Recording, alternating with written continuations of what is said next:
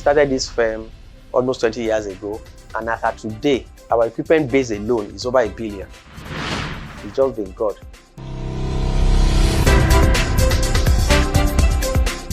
My name is Alao Femi. I'm from Oyo State, from Kishi Town, Irepo local government. I'm a civil engineer. I'm the MD of FBS Construction Engineering Nigeria Limited. We have other groups, okay? We have FBS Construction Logistics, and we have FBS Engineering Nigeria Limited.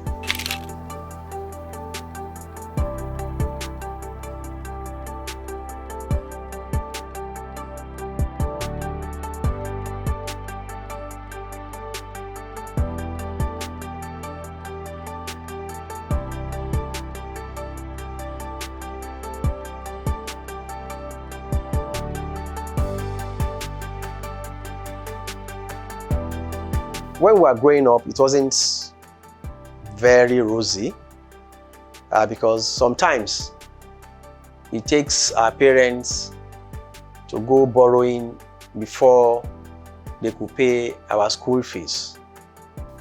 But one thing that I've learned so much from my parents, my mother will always tell me that if you are hungry, okay, and your friend is hungry, give him your food. God will provide yours for you. And that has really helped me in my course of life. The main ministry I enjoy most is the ministry of giving. I can give anything. I can give anything. And see where we are today. It is by the grace of God. We started this firm almost 20 years ago, while we were taking jobs of 10,000, 25,000, 100,000 from GT.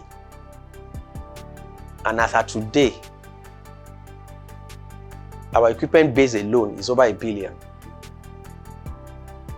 So there's no work that we cannot vie for. It's just been God.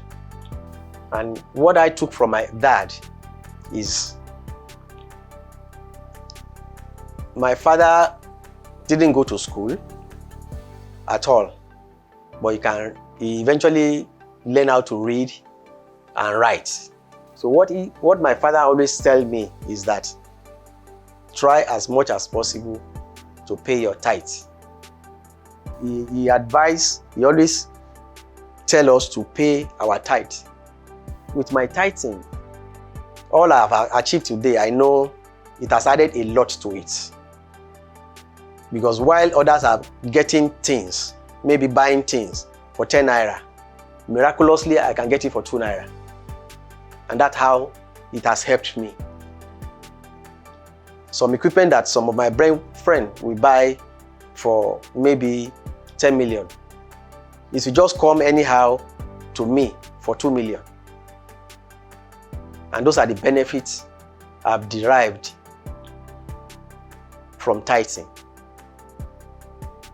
So that's one good lesson that I've took from my dad, and is still with me today in anything I do. So those two lessons are very great lessons I've learned from my parents.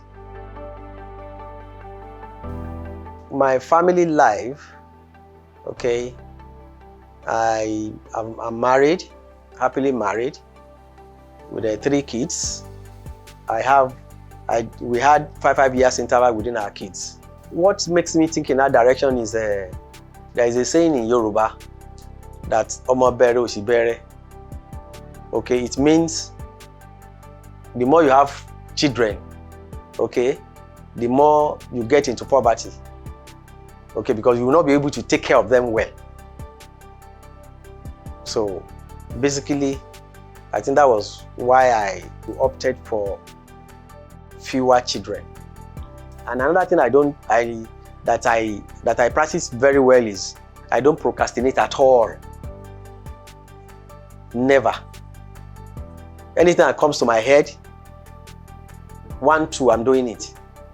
I don't wait for the next hour. I don't wait for the next day. Because I may not be there the next day. And I try to tutor people around me to tailor that. Some of them listen, some of them don't. But that's another thing I don't do. I don't procrastinate at all. Anything I want to do, I do it now. And I move forward. In life, we came into this life and we'll pass through it one day. What I've learned is in whatever situation you find yourself, do your best. In whatever situation you find yourself, do your best and try as much as possible to help anybody around you. Whether you know them, whether you don't know them.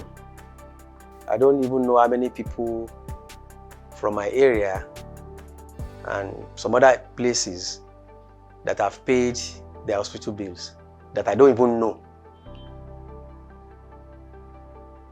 I paid JAMB fee for a lot of students I don't even know. I pay WAEC fee for a lot of students I don't even know. Because where you are today, it is not by your power. Okay? And whatever God has given you, it's not for you. You and your family alone. No. It's for everybody around you. And it's for as many lives as you can touch. So don't think what you have is yours. No. Because God that gave it to you can take it back if you don't use it well. I learned that from life.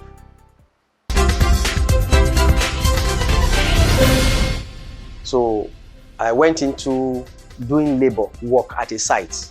I carry sand on my head. Yes. I said, well, let me do it for 1 year. At least I'll be able to gather some small money, maybe to go to school when the admissions comes.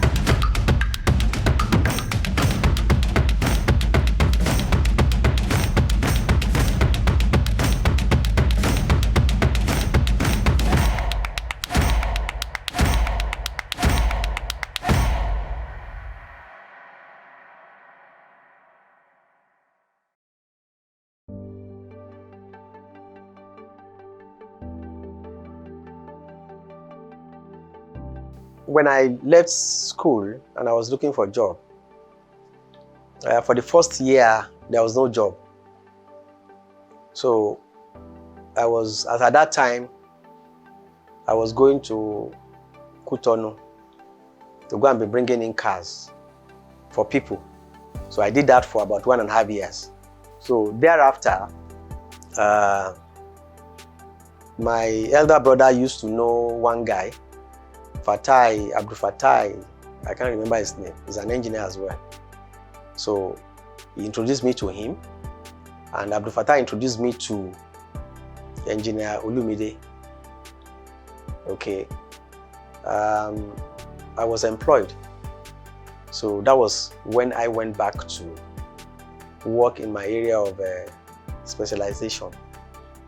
So, and what I learned a lot from Engineer Olumide because he's an engineer and he's an architect. At the same time, he's an artist. He had masters in all those 3 fields. Yes. He has masters in civil engineering, architecture, and fine arts. So he's a man of everything. So when I got to him, he's a very hardworking man. And the first assignment he gave me was to go and work outside Lagos, Oyo State precisely, Maya. That's where they have the UAC farms in those days. I don't know if that farms are still there. So I would travel from Lagos to Maya. Maya is after Abeokuta. Okay, very close to Isheyin. So what I learned from Engineer Olumide was, there's nothing like impossibility in his own diary. Okay? That anything you want to do, you can get it done. So that inspires me. So I took a lot of inspiration from him. Up to today, we still talk once in a while, maybe 1 or twice in a year. So I took a lot of inspiration from Engineer Olumide Folarin. That's his full name. My advice to those coming up is, 1, a good name. The Bible says a good name is better than silver and gold. So try as much as possible to make a good name. Whatever you do, you must have a good passion for it. Okay, it is the passion that will carry you very far. In the beginning, not that I wanted to read civil engineering. No. I wanted to be a mechanical engineer or an automobile engineer because I love vehicles a lot. So, but after my secondary school, after my WISC, I couldn't gain admission that year. So I went into doing labor work at a site. Precisely then, we call it ONADEP, Oyo State Agricultural Development Project in Shaki. So they were looking for people to work there. So I went in there and I started working there as a laborer, okay, with the bricklayers there. So I carry sand on my head. Yes. So I carry sand. I just help them, okay, like what the laborers do today. So and from there, I started building blocks. Okay. I started learning from what they are doing. And that was what really pushed me into studying civil engineering. So assuming my father is rich, I will not go and be doing laborer's work now. No. But I did it. I said, well, let me do it for 1 year so that at least I'll be able to gather some small money. Maybe to go to school when the admissions comes. And that was a turning around for my change of course. I would have studied either automobile or mechanical. So, and I'm happy being a civil engineer today. I'm a member of COREN, that's the highest body of engineers in Nigeria. And I'm a member of Nigeria Society of Engineers as well. And I'm a fellow of Nigerian Institute of Civil Engineers. All this doesn't come just like that. Okay, it comes with a lot of perseverance and efforts and the passion I have for the job. There is no shortcut in life. You have to pass through that process to succeed. If you think you want to cut corners, it may work at the beginning, but at a point, you will lose all. And life is steady. Okay? You have to move from one point to the other. You can't jump. If you jump, you eventually jump into a ditch. And my advice to them is they should be hardworking, because hard work pays. If you are lazy and you think things will go well for you, it will not. And everything you do translate back into your children. Because if you are a good father and your children learn that from you, they too will be a good person and a father to their own children. But if you are a bad father,